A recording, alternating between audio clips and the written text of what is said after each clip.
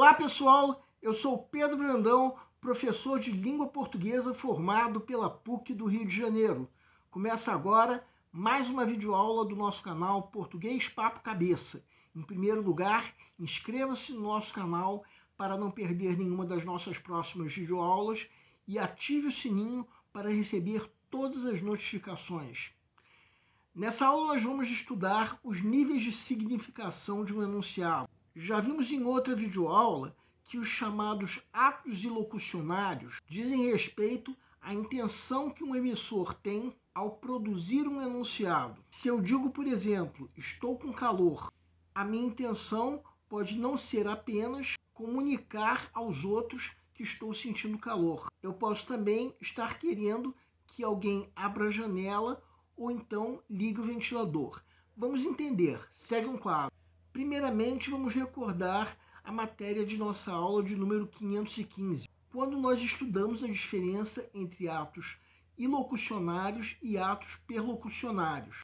Quem quiser pode dar uma pausa. Nós usamos uma tirinha da série Gatão de Meia-Idade do desenhista brasileiro Miguel Paiva. O ato ilocucionário diz respeito à intenção do enunciador.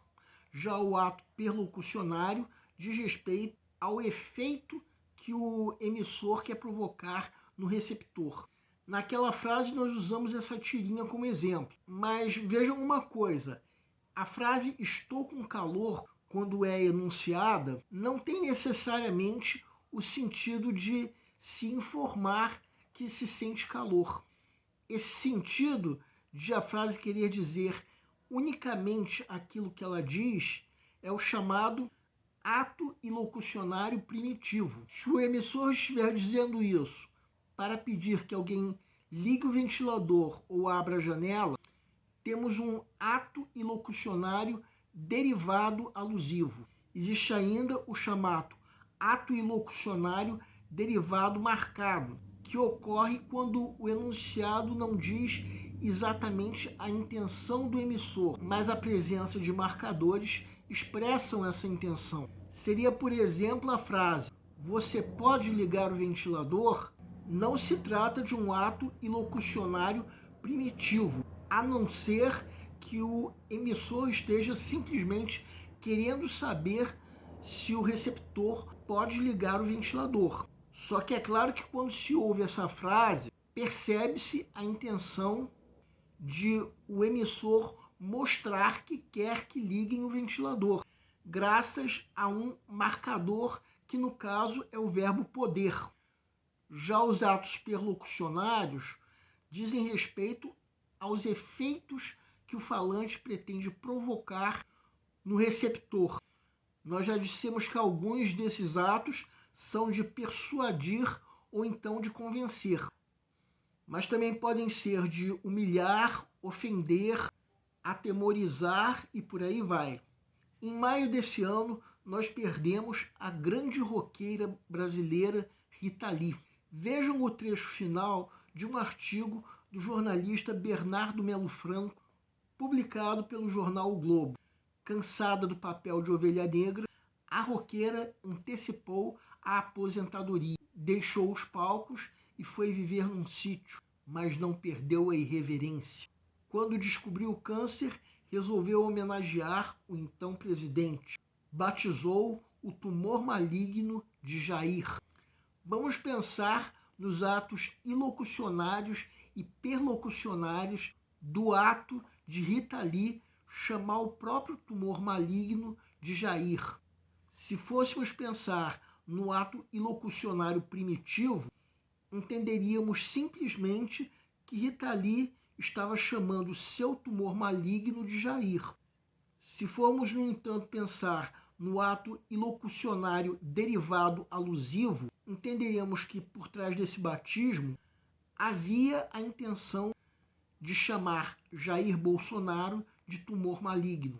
Por outro lado, se pensarmos no ato ilocucionário derivado marcado, encontraremos uma referência no texto de Bernardo Melo Franco.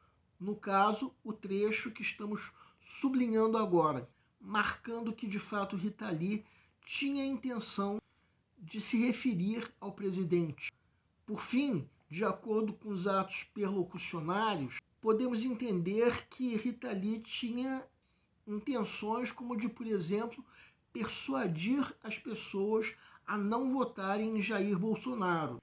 É claro que isso se trata de uma suposição. Não temos aqui a informação se Rita Lee votou em Bolsonaro ou não. Se votou, nós imaginamos o quê? Que ela fez isso porque para ela outro presidente faria igual ou pior. Podemos ainda imaginar que Rita Lee quis convencer as pessoas a respeito do caráter abominável do presidente. O nosso canal Português Papo Cabeça antigamente se chamava Aprenda a Língua Portuguesa. Cada vez mais estaremos focados em vocês, que estão movendo a roda da história para que seja criado um futuro melhor para todos.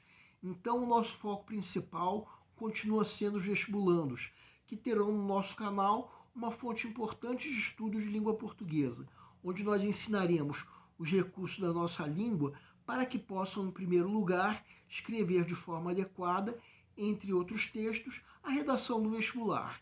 Em segundo lugar, para que possam interpretar textos de forma adequada, não apenas numa prova de vestibular ou concurso, mas também na leitura de textos que ajudarão vocês a se manterem atualizados. Cada vez mais teremos no nosso canal um Papo Cabeça. Ensinaremos nossa língua sim, mas de forma a estimular a inteligência que nasceu dentro de vocês e que precisa ser estimulada.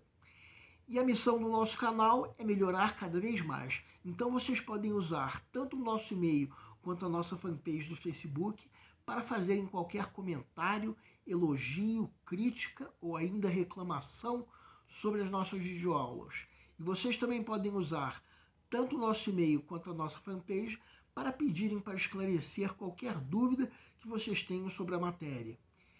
E nós agradecemos a todos vocês que estão assistindo nossas videoaulas. Em especial, nós agradecemos a todos vocês que estão compartilhando nossas videoaulas com outras pessoas. Muito obrigado porque vocês estão ajudando o nosso canal a ser feito. Pedimos ainda que deixem um like.